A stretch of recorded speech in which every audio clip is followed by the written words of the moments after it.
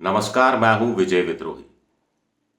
राजस्थान में लोकसभा चुनाव के मद्देनजर राजनीति में अजीब हो रहा है।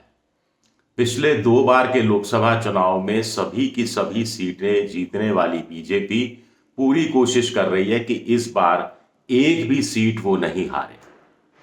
लेकिन पिछली 2 बार के लोकसभा सीट चुनाव में सभी 25 की 25 सीटें गंवाने वाली कांग्रेस इस बार कोशिश कर रही है कि एक बार एक भी सीट वो नहीं जीते।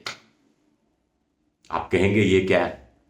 भाई, कांग्रेस का जो एक पैनल सा अभी अखबारों में छपा है, उसको मैं गौर से देख रहा था।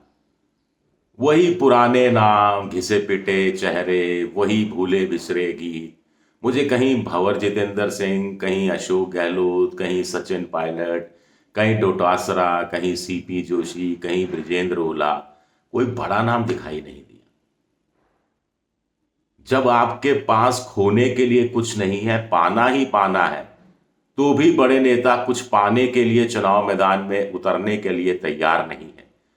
जो कुछ बड़े नेता हैं अपने अपने इलाके के, वो पार्टी छोड़कर जा रहे हैं। महेंद्र जीत सिंह मालवीय छोड़कर चले गए। जयपुर ग्रामीण से एक बार संसद पहुंचे नेता का भी नाम लिया जा रहा है। अलवर से भी एक यादव नेता का नाम लिया जा रहा है। कुछ और नाम भी इधर उधर से आ रहे हैं। एक नेता बाड़मेर साइड के जो हाल ही में अभी सड़क दुर्घटना के शिकार हुए, उनके बारे में भी कहा जा रहा है। तो बीजेपी एक दो सीट खो देती है तो भी उसकी सेहत पर फर्क नहीं पड़ने वाला, लेकिन वो एक आध सीट भी गंवाना नहीं चाहती। 25 में से 25 सीटें हनुमान बेनीवाल के साथ मिलकर जीती थी।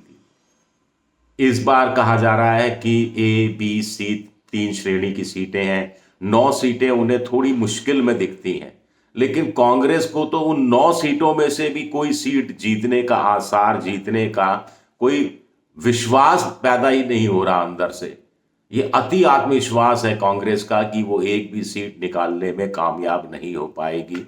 इसलिए थके हुए चेहरे, पिछली बार हारे हुए, 2 बार से हारे हुए, पिछला विधानसभा चुनाव हारे हुए, कई घर बैठे हुए, कई रिश्तेदारों का नाम, तमाम चीजें आ रही हैं।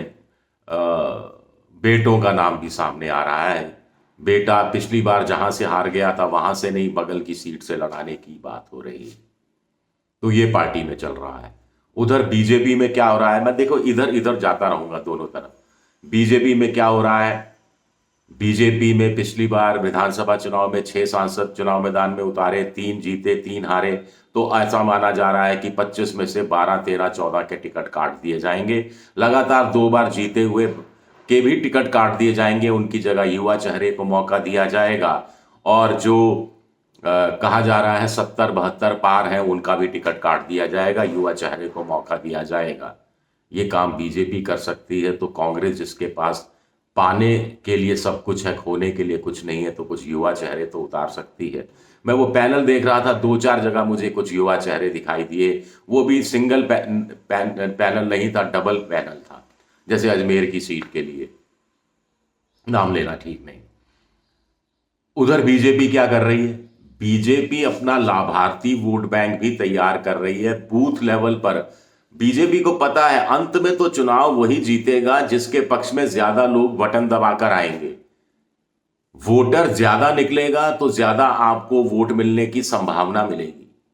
वोटर ज्यादा कैसे निकलेगा? अगर आपका कार्यकर्ता वोटर के पास लगातार जाएगा, वोटर के लगातार संपर्क में रहेगा, वोटर के दुख दर्द समझेगा और वोटर को अपनी सरकार की, अपनी पार्टी की नीतियां गहराई से समझाएगा। अब बीजेपी यही कर रही है। कार्यकर्ताओं का प्रशिक्षण हुआ है। अब 24 फरवरी से 5 मार्च के बीच बीजेपी का बूथ लेवल का कार्यकर्ता अपने बूथ में जाएगा। बूथ में 25-20 लाभार्थियों को तलाशेगा।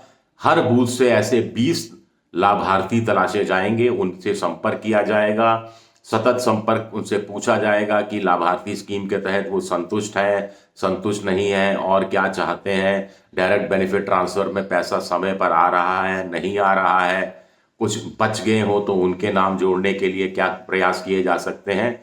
और पार्टी को लगता है कि ऐसे 80% लाभार्थियों को अपने पक्ष में वोट कराने में बीजेपी कामयाब हो गई तो बल्ले बल्ले हो जाएगा।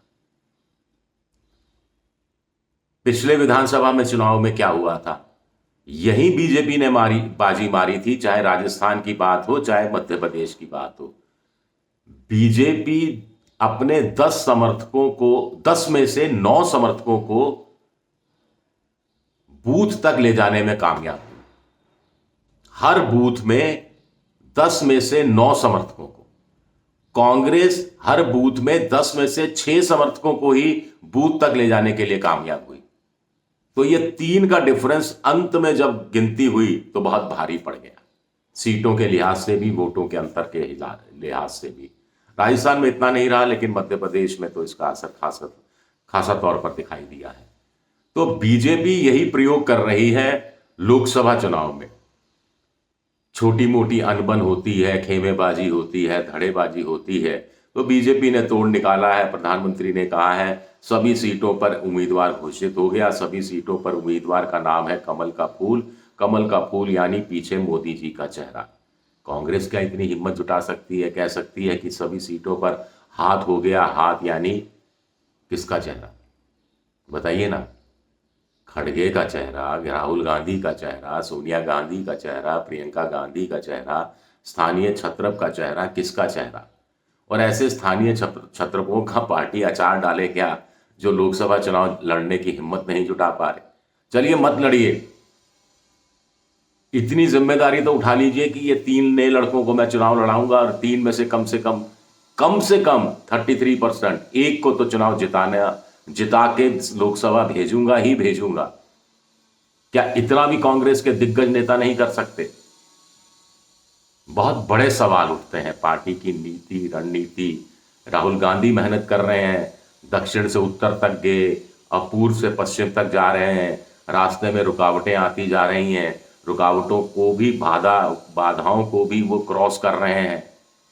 लेकिन पार्टी के नेता क्या फॉलो कर रहे हैं? कार्यकर्ता में उत्साह आ रहा है, जनता के बीच में बात हो रही है, लेकिन पार्टी का जो आपको नेतृत्व करने वाला है वो अगर आपके लिए माहौल तैयार कर रहा है, एक बेस तैयार कर रहा है, तो इमारत तो नेताओं को ही खड़ी करनी है, उस पर क्षेत्रीय नेताओं को, छत्रपों को ही खड़ी करनी है। वो काम क्या हो रहा है? देखना दिलचस्प रहेगा कि राजस्थान में लगातार तीसरी बार कांग्रेस के खाते में महाशून्य आता है या खाता खुलता है। शुक्रिया मेरा वीडियो देखने के लिए, बहुत बहुत शुक्रिया।